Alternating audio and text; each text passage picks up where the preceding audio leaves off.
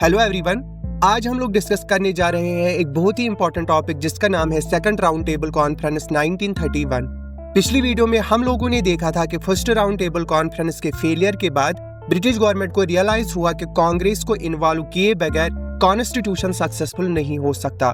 इसीलिए British government ने गांधी जी के साथ गांधी इरविन पैक्ट साइन किया और अब कांग्रेस भी सेकंड राउंड टेबल कॉन्फ्रेंस में अपना रिप्रेजेंटेटिव भेजने के लिए तैयार थी। तो सितंबर 1931 में लंदन में सेकंड राउंड टेबल कॉन्फ्रेंस शुरू हुई और इस कॉन्फ्रेंस के जस्ट 2 हफ्ते पहले ब्रिटेन में सरकार बदल गई थी। जब फर्स्ट राउंड टेबल कॉन्फ्रेंस हुई थी तब लेबर पार्टी की सरकार थी, लेकिन अब ब्रिटेन में एक कोलिशन गवर्नमेंट बनी थी जिसका नाम था नेशनल गवर्नमेंट। हालांकि इस कोलिशन गवर्नमेंट में भी प्राइम मिनिस्टर भी रामसाई मैकडोनाल्ड ही थे, तो प्राइम मिनिस्टर नहीं बदले और इसीलिए सेकंड राउंड टेबल कॉन्फ्रेंस के चेयरमैन भी वही थे जो फर्स्ट राउंड टेबल कॉन्फ्रेंस के थे। अब बात करते हैं कि सेकंड राउंड टेबल कॉन्फ्रेंस में किस किसने पार्टिसिपेट किया। ये राउंड टेबल कॉन्फ्रेंस हुई थी सितंबर 1931 से दिसंबर 1931 के बीच और इस दफा इंडियन डेलीगेट्स की संख्या पहले से काफी ज्यादा थी और सभी डेलीगेट्स को ब्रिटिश गवर्नमेंट ने खुद ही नॉमिनेट किया था। प्रिंसली स्टेट्स से टोटल 23 रिप्रेजेंटेटिव्स थे। इसके अलावा 80 से ज्यादा डेलीगेट्स रिप्रेजेंट कर रहे थे इंडिया की डिफरेंट पॉलिटिकल पार्टीज, कम्युनिटीज और सोसाइटी के डिफरेंट सेक्शंस को।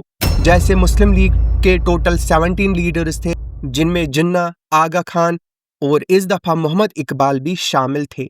हिंदू महासभा से 3 लीडर्स थे। इंडियन लिबरल पार्टी से 5 लीडर्स थे इंक्लूडिंग तेज बहादुर सप्रू।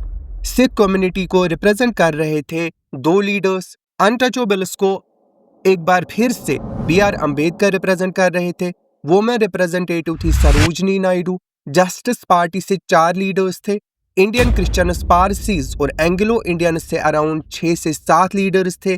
3 बड़े इंडस्ट्रियलिस्ट्स भी थे जिनमें G.D. बिरला शामिल थे। साथ ही साथ 4 लेबर लीडर्स थे फ्रॉम यूनाइटेड प्रोविंसेस, उड़ीसा और बिहार। और सबसे इंपॉर्टेंट, इंडियन नेशनल कांग्रेस से सिर्फ महात्मा गांधी आए थे, यानी सिर्फ एक रिप्रेजेंटेटिव थे कांग्रेस से। तो ये थी कुछ इंपॉर्टेंट पार्टीज और उनके लीडर्स जिन्होंने second round table conference attend की थी। अब बात करते हैं उन इंपॉर्टेंट टॉपिक्स की जो इस कॉन्फ्रेंस में डिस्कस किए गए। सेकंड राउंड टेबल कॉन्फ्रेंस का मेजर जो टॉपिक बन गया था that is separate electorate. Muslims, depressed classes, Christians, Anglo Indians सभी लोग सेपरेट इलेक्टोरेट की डिमांड कर रहे थे। इसके अलावा गांधी जी और अंबेडकर की यहाँ ऑलमोस्ट टक्कर हो गई। B.R. अम्बेडकर चाहते थे अनटचेबल्स को भी सेपरेट इलेक्टोरेट दिया जाए, जबकि गांधी जी इसके सख्त खिलाफ थे। उनका कहना था कि वो अनटचेबल्स को हिंदू सोसाइटी से अलग नहीं समझते और अगर सेपरेट इलेक्टोरेट दिया गया तो इसका मतलब ये है कि हिंदू सोसाइटी से अनटचेबल्स को बिल्कुल अलग कर देना। अब मसला ये था कि बाकी सब लीडर्स सेपरेट इलेक्टोरेट तो चाहते थे, लेकिन किसको कितनी सीट्स मिलेगी, ये सीट का डिवीजन कैसे होगा, इसको लेकर किसी के पास कोई आइडिया नहीं था। सेकंड राउंड टेबल कॉन्फ्रेंस का सबसे बड़ा इशू ये था कि डेलीगेट्स के दरमियान किसी भी मेजर इशू पर एग्रीमेंट नहीं हो पाया। अलग अलग ग्रुप्स अपने इंटरेस्ट्स के पीछे थे, इसीलिए इंडिया के आने वाले कॉन्स्टिट्यूशनल सिस्टम के हवाले से कोई बड़ा रिजल्ट नहीं निकल पाया। जब कॉन्फ्रेंस खत्म हुई तो रामसाई मैकडोनाल्ड ने कुछ अनाउंसमेंट्स किए, जिनमें पहली अनाउंसमेंट ये थी कि 2 मुस्लिम मेजॉरिटी प्रोविंसेस बनाए जाएंगे, नॉर्थ वेस्ट फॉरेनर प्रोविंस और सिंध। दूसरी अनाउंसमेंट ये थी कि इंडियन कंसोलिडेटिव कमेटी बनाई जाएगी ताकि कुछ इंपॉर्टेंट इश्यूज पर इंडियन से मशवरा किया जा सके।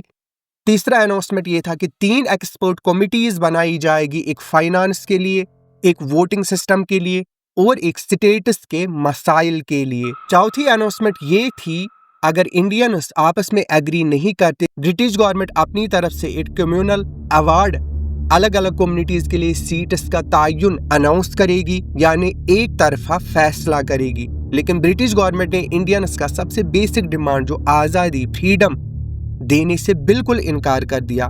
तो आखिर में गांधी जी कुछ भी हासिल किए बगैर 28 दिसंबर 1931 इंडिया वापस लौट आए।